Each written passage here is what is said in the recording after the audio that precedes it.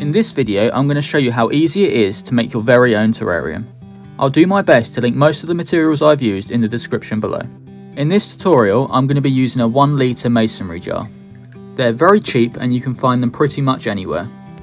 Let's start with the drainage. Also known as a false bottom, this layer provides a place for excess water to sit instead of in the substrate. For this build, I'm going to be using Leucobryum. You can use pretty much any small size stones for this layer. Here's some pea gravel for example that's very cheap to get hold of. And even some crushed up slate stone.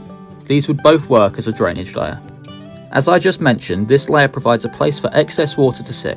If it were to sit in the substrate, it would quickly stagnate, resulting in a speedy end to the terrarium's life. Be sure to make the layer flat and even. You can use the back of your hand or a terrarium tool, which is simply a stick with a cork in it. The depth of the drainage layer will very much depend on the size of the terrarium. For one this size, roughly 1 inch would do. On top of the drainage layer, I'm going to place a substrate barrier. For this, I'm using window screen mesh. This will prevent the substrate from getting through into the drainage layer. It's relatively cheap for a large sheet, and in my opinion, it's the best material to use for a substrate barrier. Other materials can be hard to cut and water can struggle getting through them. Now it's time to make the substrate mix. You'll need a cup to measure the parts in, and a tub to mix everything up. 1 part cocoa fibre, 2 parts sphagnum moss. I like to cut up the long strands so they mix in better. 1/4 part orchid bark, 1/4 part charcoal, and 1/4 part worm castings. All these components come together to make the perfect terrarium substrate. It's well draining, resistant to compression, and provides nutrients for the plants. Have a go at making it yourself. I'll put a list of the ingredients in the description below. Using my hands, I'm going to put a generous amount of substrate into the terrarium. I'm gently patting it down and ensuring that it slopes up towards the back. This will help improve the sense of depth. As a good rule of thumb, the minimum depth of the substrate should be roughly the same size as the drainage layer. Time for the hardscape. This isn't completely necessary as you can still make a beautiful terrarium without it, but it can definitely enhance the appearance of the terrarium. For this build, I'm going to be using Spiderwood. It's important to take your time and come up with a layout you are happy with.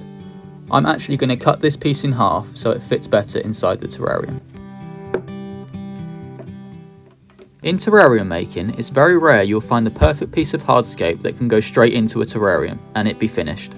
Oftentimes you'll have to adapt and construct multiple different pieces together to form the hardscape you're looking for. And in this case, it came in the form of me chopping this piece in half. Instead of choosing the first layout you come up with, it's a good idea to try multiple different designs and choose the one you like most. Using some pliers, I snapped off the end of the wood so it could fit better inside the terrarium.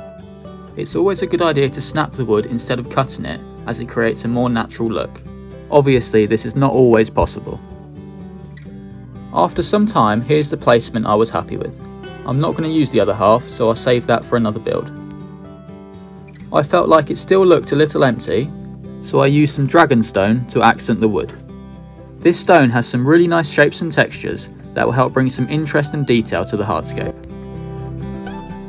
When it comes to where you can get your hardscape for your terrarium, you've got a couple options. I got these rocks online, but if you're on a budget, it's just as easy to go outside and find them yourself.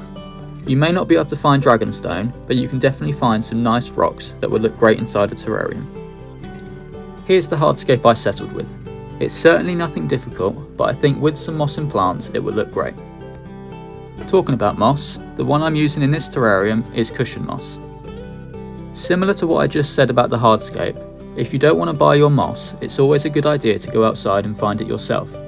You can find it in your garden, growing on bricks, or even the cracks in the pavement.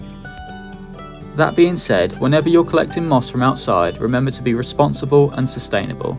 Remember, we're trying to recreate nature, not destroy it. As you may have seen, I cut off the bottom section of some parts of the moss.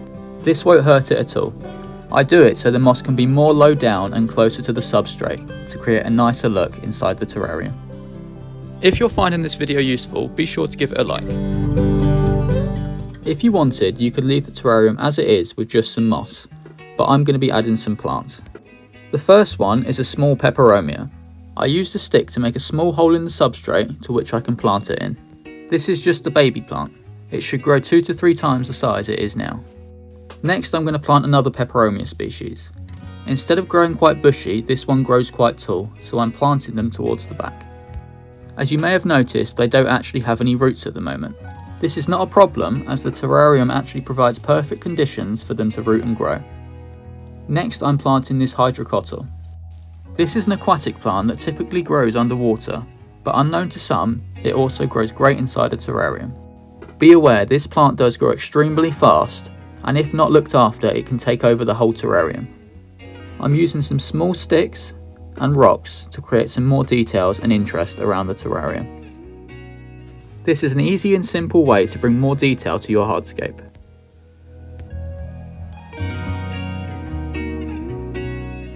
No terrarium would be complete without Springtails. They'll keep the terrarium clean and healthy by eating any mould or decaying matter. This is even more important in this terrarium as the Spiderwood is prone to grow in mould. To water the terrarium, I'm going to be using this small pipette.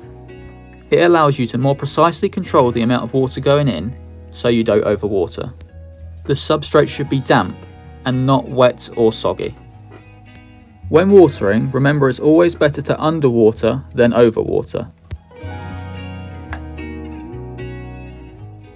When it comes to lighting, I'm going to be keeping this under LED lights, but a bright spot in indirect sunlight would also work great. I hope you enjoyed this video and found it useful. Want to make something a little more complex? Watch this video where I show you how to make a nano paludarium.